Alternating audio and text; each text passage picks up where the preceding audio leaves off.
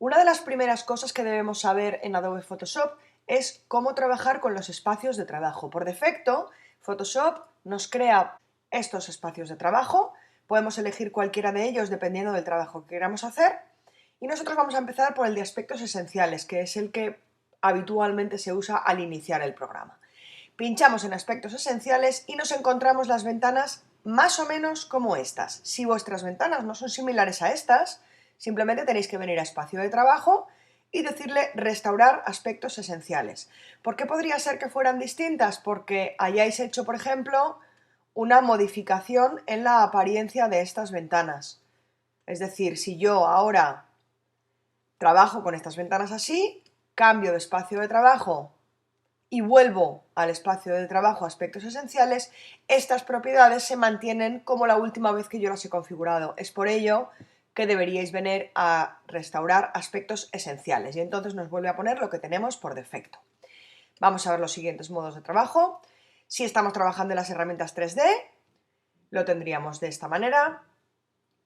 Movimiento sirve para hacer trabajos de edición. También se puede editar y aquí tendríamos la línea de tiempo. Si estamos trabajando en el modo pintura, nos van a aparecer todos aquellos ajustes que tienen que ver con pinceles. Si estamos trabajando con fotografías, nos van a aparecer todos aquellos ajustes que tienen que ver con brillo, curvas, niveles, saturación y demás. Y si estamos trabajando por último con tipografías, es decir, a la hora pues, de hacer un póster, de hacer un catálogo, de hacer una revista, cualquier cosa que tenga que ver con textos, se nos abre por defecto la ventana carácter y la ventana párrafo, de manera que esté todo organizado. ¿Significa esto que yo tenga que trabajar así, como me dice el programa? Por supuesto que no. Yo a partir de estas opciones lo que puedo hacer es modificarlas a mi gusto. Lo que vamos a hacer es crear nuestro propio espacio de trabajo. Lo que hacemos es, venimos a nuevo espacio de trabajo y le damos nuestro nombre o el nombre que vosotros consideréis. ¿Qué es lo que me está preguntando? Primero, cómo se va a llamar el espacio de trabajo y luego me pregunta, a la hora de guardar los settings de este espacio de trabajo, ¿qué es lo que quieres guardar? ¿Los nuevos menús abreviados de teclado? ¿Todos los menús? ¿O solamente lo que es la posición de las ventanas? Nosotros le vamos a decir que guarde todo. Le decimos guardar y a partir de ahora ya no estamos en el espacio de trabajo aspectos esenciales, que es el que viene por defecto, sino que estamos en nuestro propio espacio de trabajo. Si yo en algún momento quisiera borrar este espacio de trabajo, me vendría a eliminar. Y ahora vamos a ver un problema, y es que vemos que aquí, el que tiene mi nombre, no se puede borrar. ¿Por qué es esto? Porque lo tenemos activo. Para yo poder borrar un espacio de trabajo, tengo que posicionarme en otro, y entonces sí, cuando me venga a borrar, ahora ya el que no se puede borrar es el que tenemos seleccionado, pero Steph, en mi caso, sí que se puede borrar. Le diríamos eliminar y se cancelaría. Y se borraría, perdón. Yo no lo voy a borrar. Volvemos al espacio de trabajo. En esta ventana tenemos una opción más que es la de métodos abreviados del teclado y de los menús, que es donde vamos a decirle qué atajos vamos a utilizar en el programa. Recordar que, como le hemos dicho en la ventana espacio de trabajo, que se guardan estos menús, si yo hiciera una modificación de un atajo, esto quedaría registrado en mi espacio de trabajo. Y si quisiera cambiar un método abreviado de teclado, simplemente me elegiría el menú. Por ejemplo, vamos a cambiar menú archivo. Aquí me va a decir cuál es el atajo, de modo que esto es una manera muy buena para saber cuáles son los atajos de todo el programa. Entramos en esta ventana y nos los vamos aprendiendo, ya veréis que hay muchísimos atajos de teclado. Y simplemente si yo quisiera deshacer uno o cambiarlo, yo aquí le diría, por ejemplo, selecciono y le digo comando Shift, Alt y N. Una vez que suelto es cuando me va a aparecer el teclado. Ojo que aquí me está avisando. La tecla opción ya se está usando para otro comando. Si se acepta, se eliminarán la función y los métodos abreviados de uno o más comandos.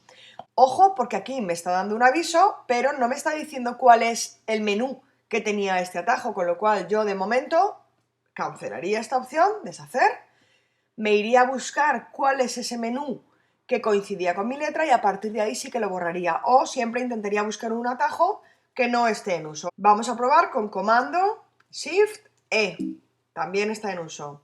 Comando Shift T, comando Shift Alt F, están todos utilizados como veis. Photoshop es un programa de atajos. con lo cual cualquiera que usemos es muy posible que ya esté utilizado. Es por ello que es mejor que os aprendáis los atajos que vienen ya por defecto en lugar de intentar hacer los vuestros propios, a no ser que sea una herramienta que uséis muchísimo y que queráis tenerla localizada de manera muy rápida. Cancelamos esto, nosotros no vamos a decirle cancelar, perfecto. Y ahora, ya sabéis que aquí se pueden cambiar los atajos y que todo esto se quedará registrado en vuestras opciones de espacios de trabajo. Si yo ahora quisiera modificar algo, podría, vamos a ver, por ejemplo, a mí me interesa siempre tener la ventana historia abierta. Es una ventana que no aparece por defecto en este espacio de trabajo. Lo que hacemos es, abrimos historia y vamos a ver que se abre aquí a la izquierda de mis menús de la derecha. ¿Esto cómo funciona? Yo tengo unas flechitas que lo que hacen es unir esta ventana a mi barra de la derecha. Si yo pincho en las flechas, oculto la barra de menú. Si vuelvo a pinchar, la activo. Yo puedo soltar esta herramienta. Pincho en esta zona gris y me lo llevo fuera de mi zona azul. ¿Veis que cuando me acerco se me activa una ventana azul? Esto lo que me está diciendo es que se van a unir, que van a ser ventanas interactivas. Cuando yo mueva una, la otra se va a mover. Vamos a dejarlo aquí. Si yo ahora pinchara en esta barra, veis que las dos se mueven. Una depende de la otra. Sin embargo, si yo separo esta ventana, cuando ahora mueva esta ventana, se va a mover de manera independiente y esta ventana se va a quedar aquí en el medio. Esta sería una opción, pero es una opción que en mi opinión ocupa mucho espacio y no es muy útil. Lo que a mí me gusta hacer es coger esta ventana de la historia, pincho en la pestañita que tiene y me lo llevo hasta la ventana de las capas. Cuando yo suelte, me tengo que asegurar de que aparezca también una zona azul. Esto lo que va a significar es que me va a meter esta ventana de la historia dentro de mi ventana capas, canales y trazados. Lo voy a poner dentro, vamos a soltar. ¿Veis? Ahora tengo capas, canales, trazados y además la pestaña de la historia. Vuelvo a coger la historia, podría separarlo simplemente llevándomelo fuera. Otra opción que podría hacer, coger la pestaña de la historia y en lugar de meterlo en esta capa o en esta capa, lo que hago es ponerla entre las dos. Para ello me aparece una barra vertical azul y lo que me indica es que se va a crear un espacio nuevo para hacer hueco a esta pestaña. Suelto, ahora tengo mi ventana de la izquierda, mi ventana de la derecha y en medio se ha creado este espacio. Podría hacer lo mismo pero hacia abajo.